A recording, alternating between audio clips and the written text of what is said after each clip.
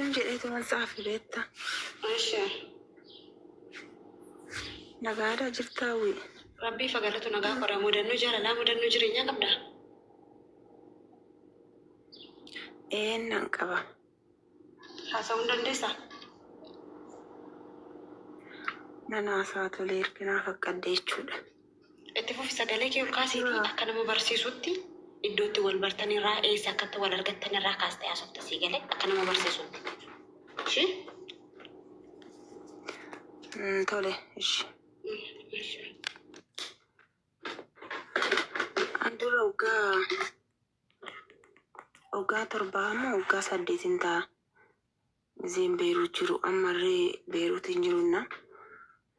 Achumaan akka tasaa mucoon takka wal nu barsiiste. Mucaan biyya keenyaa miti. Karaa isaa karaa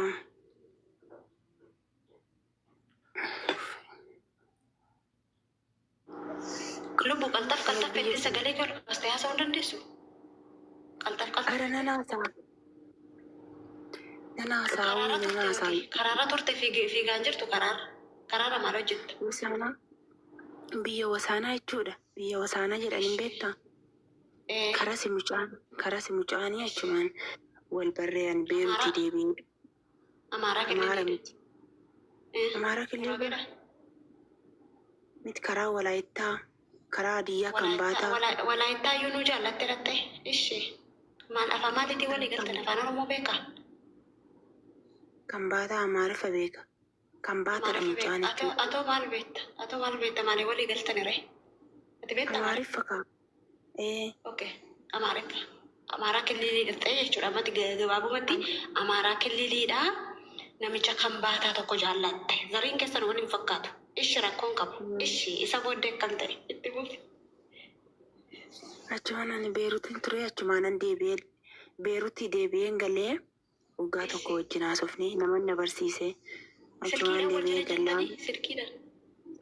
Silkiidhaan wal jana jenna. Achumaan silkiidhaan wal jana jenna. Biyya galaan kootu naan jedhe akka tasaa nannaqee achumaan achitti diggisee achitti na hambifate. Achumatti diggisee achumatti jechuudha na hambifate. Jilgeenfatee qalabatii sii kaayee uummata isaanii biratti si diggifate si hambifate? Beetasaba koo itti nimina nani dhaqee akka tasaa biyya baruudhaaf jechuudha. Wasaanaan guddaadha namni hin beeka yoo Hadiyyaaf kan baatadha. Gizee jettee hin beeka namni iyyuu achumaan. An achi dhaqee achi dhaqnaan diggisanii too ani beetasaba koo hin beekanii ofuma achitti diggisatanii ana achitti na hambifatanii. Beetasaba isaa walitti sabasabee achumatti na hambifatanii achumaan ani achumatti hafee micoon garaatti naafte ji'aan booda baasuus hin dandeenye maazarii kiyyattanime. Achuma maazariin maaf dhaxxeettee naan loltee naan lolaan bakka achumatti hirumeetu achumatti hafee micoos danda'ee waggaa 3 wajjinan taa'ee. Waggaa 3 achi taa'etanan deebi'ee kara Joordaanii nan naqan jedhinan. Achumaan kara Joordaanii nan naqan jennaan naqinaan jedhe inni hiyyeessa beektaa umayyuu hin qabu jechuudha. Na bulchuu hin danda'u. Achumaan kara Joordaanii as dhufu. Nama homaa tokko hin qabne. Nama homaa tokko hin qabne. Daa'ima fi wajjin hin jiraataa baatan birrii eenyuutu hin jiraataa baatan waggaa 3 reekkas taanaan homaan qabu taanaan. Omaan qabu yaa akkasumatti sin jedheetuma waa tokko hin hojjete beektaa qorqoorroo sin rukutaa waa tokko sin hojjetaa isaan booda hin fida jechuudha. Malee akkas. Deebi'ee immoo namni birrii dumbulloo tokko hin qabne kuni amalli isaa immoo akkamii nama gaariidha. Si kunuunsu irratti akkamidha mana keessatti akkamitti walii galtu waggaan 3 baay'eedha. Akkamitti wajjin jiraataa turtan isa faa'ifanuu godhe. Hawwii kun namichi laali namichi akkas guyyaa tokkos onnoodhaa yaa amalli isaa sirriis miti. Yoo akkasuma gubbaa rabeetta achumaan ani bakka guyyaatti yeroo tokko nyaachuun qabe jechuudha bakka umayyuun hojjetu zim jedheetu mataa achumaan ani karaa Beeruutan deemennaan birrii liqeeffatee 10,000 yeroo san 10,000 liqeeffatee na erge kara biyyaa jechuudha. Anis maazarii irraa birrii koo fudhadhee nan deema jennaan deeminaan jette maazariinis jechuudha achumaanan ani karaa Joordaan kana dhufee ergan dhufee birrii unuman erga mucoon isa bira jirti duraan haadha isaa bira jirti unuman erga birriidha waggaa 3 fi kan ji'a 6 ergee fi achumaan lafa bite wasaanaa keessatti lafa bite baajaajis biti jedhe tanan birrii ergeef kara 300 jechuudha. 1,000 obboleettisaa 100 obboleettisaa kennitee fi ani immoo 300 ergeef baajaajii bitiitii hojjedhu amma nan dhufa waggaa 5 fixee too'in jedheen. Achumaan akkas jennaan hin tolee jedhee birrii na harkaa fudhatee hawwii koo. Achumaan amma kinoo laal waggaa guutufani mucoo sagalee dhabee mucoo sagaleen natti mucoo sagalee mucoo kootii na dhowwatee. Achumaan biyyi isaanii immoo akkamittanii qabeenya koo addaan fudhadhe jennaan situ didee biraa deeme malee inni yoomsi didee.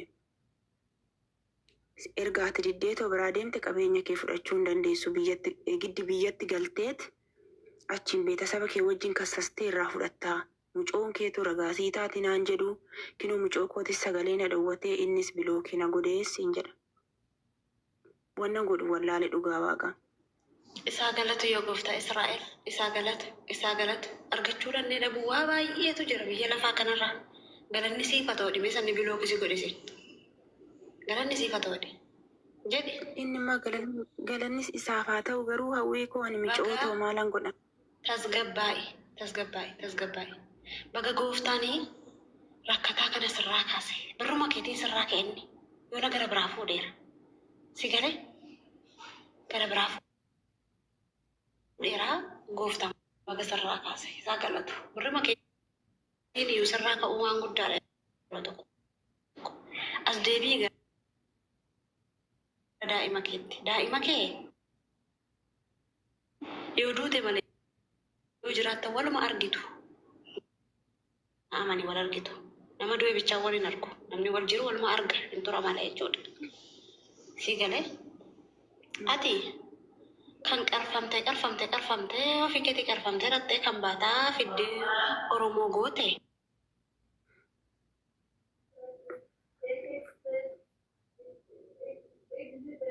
Na dhaggeeffadhu daqiiqaa tokko nan deebi'aa lubbuu waan itti gochuu qabdu ganaan sitti mataa'e. Taa'ee tasgabbaa'e.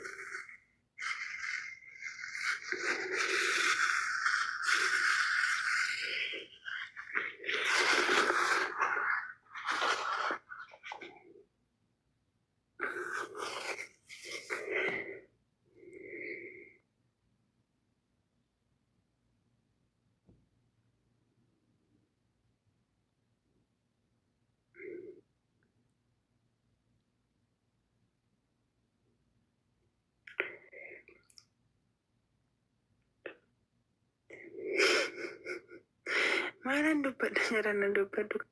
Maalan dubbadha jedhan dubbadhu.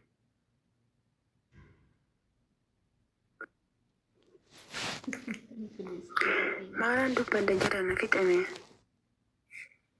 Dubbadhu xumureen kee maal xumurama kan kee waggaa bariittuun xumuramu.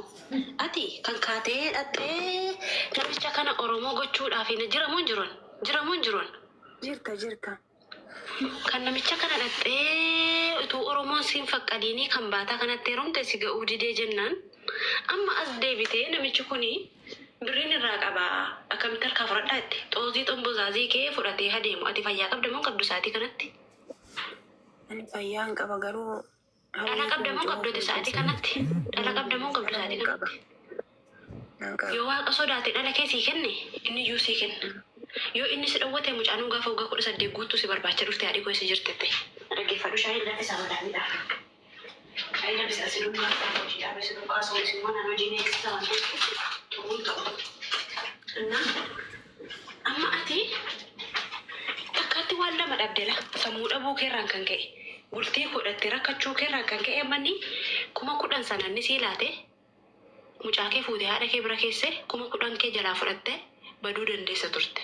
Waan meeqa hojjechuu dandeessa turte la ati ofii keeti waan sammuu hin qabnee fi dhattee isaaf hojjettee laatteef waan tokko irraan qabdu sa'aatii kanaati bal misikiriin hin jiru gidduu keessatti nama singaafatiin birrii sirraan qaban jedhi inni nama fuudhee bultii dhaabbatee waan kana sigalama singale dhaabatee bultii dhaabbateera nama bultii dhaabbatee kana sirraa qaba inni gaafachuun sheenii akka aadaa oromootti jechuudha baga laatteef baga godhe waan ta'e masablaa yeroo tokko yeroo dhiiraa abbaa manaa godhattanii anaan beeku sammuu keessanis hin gudeeda ta'ee sinii galee qalbii keessanis hin gudeeda ta'ee mana keessa wajjin jiraataa taqaniitti takka namni tokko namni fayya qabeessi si'a meeqa nyaata qaniitti takka si'a sadii nyaata ati takkaa nyaatte isayyuu zarii kee qayyarte dhadheetti heerumte rakkoo qabu bagatti heerumte kan baataatti maa heerumte hin jennu nu rakkoo maalii qaba wal jaallattaniina ati argatte waan argatte haa ta'u namichi kun sammuu si gudeedee rasiin gara sammuu keetti deebi'e obboleetti tasgabbaa'ii gara sammuu keetti deebi'e birrii maalii gaafatta birrii maalii fuutee dhattee birrii maalii gaafattas qabattee udaf gaafachuuf mirgan qabdu malee si waraqata yoo wal biraan qabdan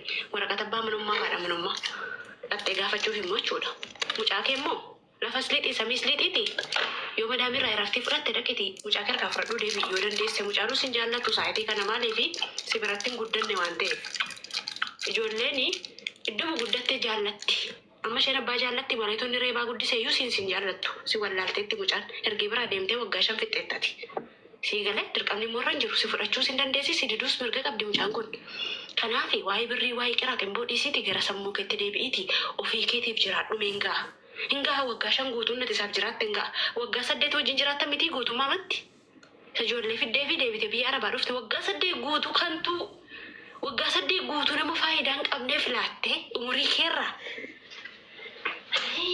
dubartoota kana yooni waa tokko jedhe dubartiidhaan kana jettee naan jettu yoodhani waa dubbadhe dubbiinatti galagala amma atiitu wata buleetti kotaateti dhaabee miti bar ciimsee 50 sigarafa siin 50 ciimsee sigarafa kanatti deemtee kampaataa kan jedhamu oromiyaa kililii keessa baatee amaaraa kililii dhattee dubartii tokko deesse gahuu didee jennaan